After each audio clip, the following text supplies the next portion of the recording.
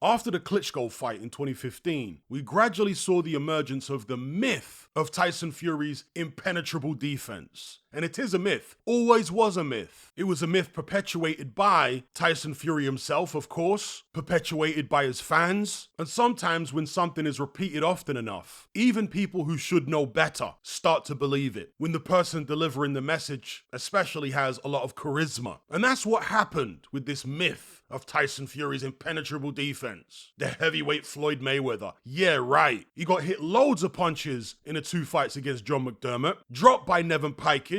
I mean, who is Nevin Pikage? Dropped by Steve Cunningham and hit with loads of shots in that fight. He had 1 fight against Vladimir Klitschko where he made it through 12 rounds unscathed against a top-level operator. But Klitschko's always been an on-top fighter. He's always been shy when he's uncomfortable. He's always been like that. But that is the fight in which the myth was born, the Klitschko fight. Against Deontay Wilder in the first fight, he got dropped twice. Go look at the CompuBox stats. Better yet, turn the sound off, go watch the fight again. Fury's getting hit with loads of clean jabs in that fight. Yes, loads of them. Hard, clean jabs in the face from Deontay Wilder all the way through the fight. And Deontay Wilder is as clumsy as it gets. And he's landing all these shots on Fury. How on earth can you think that this guy's got some type of Mayweather defense, the heavyweight Willie Pep? I mean, come on. Got hit loads in the third Wilder fight as well, in the first few rounds until Wilder got gassed out. Yeah, he managed to avoid getting hit by anything big for the most part off of Dillian Whyte and Derek Chisora. They're both plodders. Dillian Whyte's got 2 left feet made of lead, and Derek Chisora ain't much different, and he's washed. How could you guys not see that this amazing defense Fury was always supposed to have was a myth? Sergio Mora, and I have to say this about him, picked Tyson Fury to win this fight with Alexander Usyk, and that's okay. I was back and forth about who would win for a few weeks until I eventually settled on an Usyk victory. But at no point did I ever think that Alexander Usyk wouldn't be able to land on Tyson Fury because his defense is too good. But that's exactly what Sergio Mora thought going into this fight. The man said Fury's defense will be too good for Usyk. What? Like, seriously, Sergio, you're a boxing man, you're a former pro. How on earth could you come to such a ridiculous conclusion? Otto Wallin, 5 years ago, was hitting Tyson Fury clean from early in the fight. That's how he cut his eye. Clean left hand over the top. If Otto Wallin is hitting him clean and getting past Fury's defense 5 years ago, how on earth could you possibly think that Usyk wouldn't be able to get to him? Are you nuts? Like, seriously. And so what has happened with a lot of these guys, a lot of these analysts, particularly in America, the likes of Sergio Mora, even Paulie Malignaggi, and I really rate Paulie Malignaggi as an analyst, but he got sucked in by the Fury mythology. It's an incredible thing because the fights are all out there which show you Fury getting hit a lot by people who are nowhere near as good as Usyk.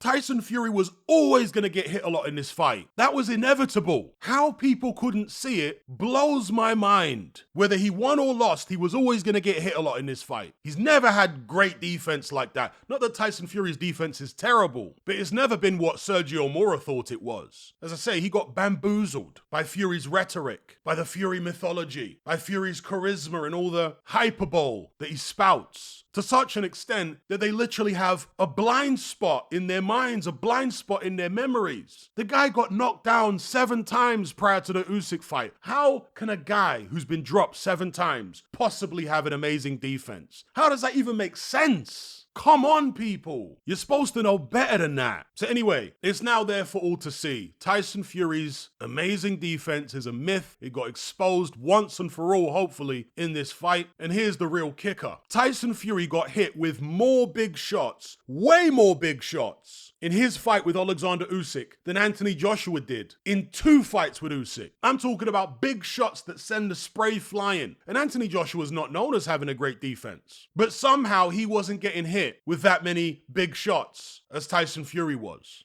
The guy who's supposed to be the heavyweight Pernell Whitaker. So the likes of Sergio Mora, you guys need to get a grip. I don't know who you thought or who you imagined Tyson Fury to be, but he's not that guy and never was. He's a good fighter, don't get it twisted. But you guys got way carried away with who you thought Tyson Fury was. You created some type of mythology in your mind about him, which bore very little resemblance to reality. Hopefully the punches that Usyk landed not only knocked some sense into Tyson Fury, but knocked some sense into these boxing fans and these analysts. Dear, oh dear, oh dear. I don't want to hear anyone ever again talking about Tyson Fury's got this amazing defense. It was a dumb thing to say to begin with. It would be the height of absurdity to say it from this point. Stop it. You got bamboozled. Come to terms with that, because the evidence was always there right in your face that he never had that kind of defense. But you had this blind spot in your memory, this blind spot in your consciousness. Fury tricked you. He pulled the wool over your eyes. That's what he did. Learn from it. Don't let it happen again with any other fighter. Anyway, I'll leave it there.